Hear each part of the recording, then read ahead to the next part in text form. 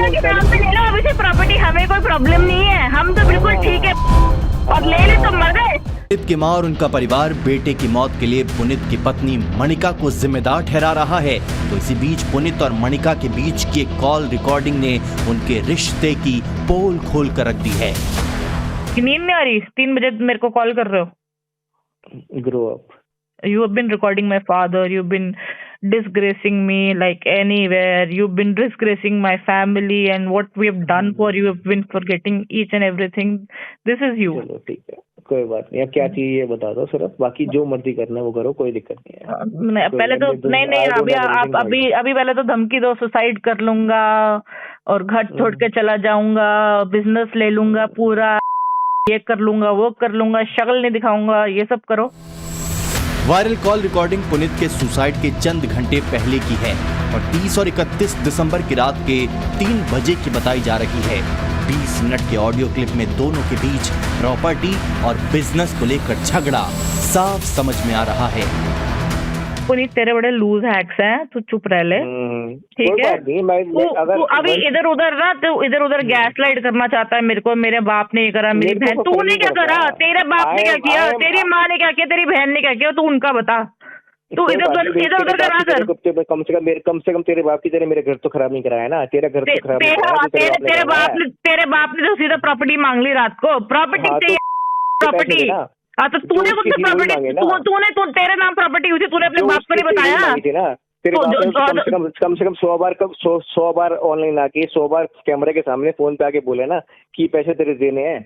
कम से कम तेरे को तो पागल ही बनाया ना। कम से कम ये तो नहीं बोला ना कि जब उसको घर जाके बताया गया कि तेरी बेटी वहाँ पे इतनी गोलियां खा के बैठी हुई है, जो वहाँ पे तेरी माँ और तेरी बाप बोल रही है वहाँ पे बैठ के, कोई बात नहीं उसको मर रहने दे, हम लोग जाना है वहाँ पे पूरे परिवार के साथ इंडिया गेट। पूछता हूँ उनसे, उन लोगों ने ये सब बातें करी नहीं करी। चल ठीक है यार, तू कहाँ था? हाँ तो बोल ना, अब ठीक है की बात है ना, अब तो बात करो ना सामने आके। तू 2 पॉइंट जीत गया, चल बोल। अब तू कहाँ था मेरे लिए? तू कहाँ था मेरे लिए? मेरे पास ऐसे 100 पॉइंट है। 100 पॉइंट है, मैं तेरे लिए 1000 निकाल लूंगी। की बात नहीं है, जब मैंने साथ दिया तो दिया यार। तू ना अब तू मर अब प्रॉपर्टी के लिए, तेरे को लगता है ना प्रॉपर्टी तू मर अब, मैं भी ना, कोई बात नहीं, मेरे पास तो कोई है नहीं खोने को, कोई बात नहीं। जो तुमने लेना था सब मेरे वैसे ही ले लिया है, जो जिंदगी मैंने तुम्हारे नाम करी थी सबने वैसी मेरी ले रखी है। कोई पुनीत और मणिका के बीच रिश्ता कितना टॉक्सिक था ये उनके आखिरी फोन कॉल की रिकॉर्डिंग से आसानी से समझा जा सकता है। वायरल ऑडियो में मणिका पुनीत को गाली देते हुए सुनाई दे रही है। दोनों एक दूसरे पर कई गंभीर आरोप लगा रही हैं। इस बीच दोनों का एक सीसीटीवी फुटेज भी सामने आया है। फुटेज में तारीख 4 अगस्त 2023 दिख रही है। दोपहर के 3:15 बज रहे हैं।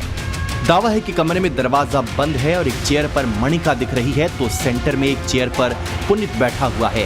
सॉफ्ट ड्रिंक पीते पीते मणिका बीच बीच में पुनीत को धमका रही है, गाली भी सुनाई दे रही है।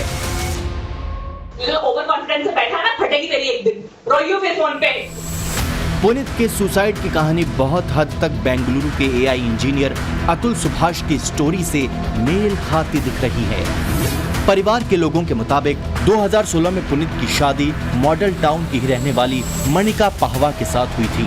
2 साल तक पुनीत अपने पेरेंट्स से अलग पत्नी मणिका के साथ रहा, लेकिन जब दोनों के बीच नहीं बनी तो पुनीत अपने घर आ गया। मणिका अपने मायके में रहने लगी।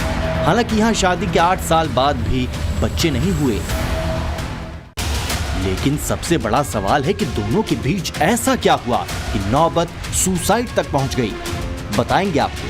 पहले कल्याण विहार के हाउस नंबर 237 का रुख करते हैं, जहां साल के आखिरी दिन पुनीत की डेड बॉडी पंखे से लटकती मिली।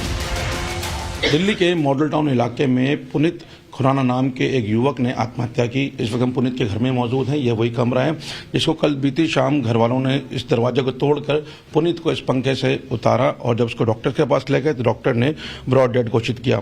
पुनीत के परिवार का आरोप है कि जो पुनीत की पत्नी है मणिका, वो पुनीत को लगातार परेशान कर रही थी। दोनों की 8 साल पहले शादी हुई थी, 2 साल से दोनों अलग रह रहे थे। कोर्ट में डिवोर्स केस हो चुका था, एक म्यूचुअल कंसेंट भी हो चुकी थी लेकिन परिवार का जो आरोप है वो बेहद गंभीर है कि पुनीत की जो धर्मपत्नी है, उसके घर वाले हैं, वो लगातार पुनीत को पैसों को लेकर उस पर प्रेशर डाल रहे थे, उनके परिवार को टॉर्चर कर रहे थे। दोनों का एक संयुक्त व्यापार था, परिवार के बीच में पैसों का लेन देन भी था, लेकिन परिवार का यह आरोप है कि पुनीत की पत्नी जब से अलग हुई है तब से ही पुनीत के ऊपर पैसों को लेकर एक दबाव डाल रही थी और उनको लगातार धमकियां देती थी, मैसेज धमकी भरे भेजती थी, ना सिर्फ पुनीत को बल्कि उनकी बहन को, उनकी मां के बारे में भी अपशब्द लगातार वो बोलती थी। पुनीत और मणिका के परिवार वाले उनकी शादी के पहले से एक दूसरे को जानते थे। पुनीत के पिता का दावा है कि दिल्ली की रोहिणी की उनकी प्रॉपर्टी बेचकर 1,65,00,000 रुपए जो मिले थे वे उन्होंने मणिका के पिता को कर्ज में दिए थे। शादी के बाद पुनीत और मणिका ने कैफे शुरू किया था, लेकिन वो कुछ दिन के बाद बंद हो गया था। कैफे में भी इस प्रॉपर्टी का कुछ पैसा इस्तेमाल हुआ था। वहीं जिस मकान में पुनीत अपने परिवार के साथ रह रहा था वो मकान भी मणिका के नाम है। पुनीत के परिवार का कहना है कि तलाक के बाद प्रॉपर्टी में सेटलमेंट होना था, लेकिन मणिका और उसके घर वाले पुनीत पर पैसों का दबाव बना रहे थे और उसे प्रताड़ित कर रहे थे। अब परसों रात को उसकी और मणिका की लड़ाई हुई है। लड़ाई क्या हुई है जिसमें अगर आपको कन्वर्सेशन सुनाई देगी तो इसने तो बहुत आराम से बात करी है कि आपने ऐसे क्यों किया, ये और वो, और उसने खूब तू तड़क करके मेरे भाई को बहुत गालियां दी हैं और साथ में उसको ये बोला है कि फट गई तेरी, सिर्फ बोलता रहता है, बकवास करता रहता है कि मैं ये कर लूंगा, मैं वो कर लूंगा, हिम्मत है ना मर के दिखा। जबरदस्त उकसाया, प्रोवोक किया इतना जबरदस्त। मेरा भाई इतना कमजोर नहीं था। प्रॉपर्टी दी हुई थी, पैसा लिया हुआ था और जब भी पैसे के लिए हम बोलते थे ये लोग धमकियां देते थे कि तुम्हारे मम्मी पापा अकेले रहते हैं, बुजुर्ग हैं, उनको उठवा देंगे, पिटवा देंगे। ये बंदा जो लड़की का फादर है ये यहाँ का पुराना डॉन टाइप, बदमाश टाइप है, प्रॉपर्टी डीलर है। और वो उसको हमेशा ये होता है मेरी अप्रोच है, मेरी ये है, मेरी वो है, जिसका वो मिसयूज करते हैं, जिसका वो हमेशा मिसयूज करता था, हर समय धमकियां देता था। सेकंड मोशन थोड़े दिनों में होना था और वो लड़की मुकर गई है कि मैं सेकंड मोशन तब तक साइन नहीं करूंगी जब तक मेरी शर्तें नहीं मानी जाएंगी। उसने 5 शर्तें लिख के भेजी हैं, व्हाट्सएप करी है हमें सबूत के तौर पे, जो लिखी हुई हैं कि ये हर महीने मुझे 70,000 रुपये देगा, जबकि ये फर्स्ट मोशन में उसने कहीं पे भी नहीं लिखा है। जो चीज़ें पहले डिसाइड हो चुकी हैं वो अपनी बातों से मुकर रहे थे, ठीक है ना। और दूसरा, ये माफ़ीनामा दे रिटर्न डॉक्यूमेंट में कि इसने मेरे बाप के साथ गलत बोला या कुछ भी, जबकि वो ऐसा नहीं था बिल्कुल भी। हमने इसको यही समझाया कि तू धीरज से काम ले, कोई ऐसी बात नहीं है, जस्टिस है, मतलब पुलिस है, यहाँ सब कुछ वो कानून है, सब तेरा साथ देगी। जब तू गलत नहीं है तो तू क्यों डर रहा है इतना। बट वो अपने माँ बाप को लेके बहुत चिंतित था। पुनीत के परिवार वालों के जो आरोप है वो दोनों के बीच की वायरल कॉल रिकॉर्डिंग से भी जाहिर हो जाता है। मणिका पुनीत के बीच बातचीत में सिर्फ और सिर्फ बिजनेस और पैसों की बात हो रही है। तेरे पुराना को मैंने ना खड़ा करा ना सड़क पे, मेरा नाम उसको बदल दियो। मणिका जगदीश पावा था, मणिका जगदीश पावा ही रहेगा मेरा नाम।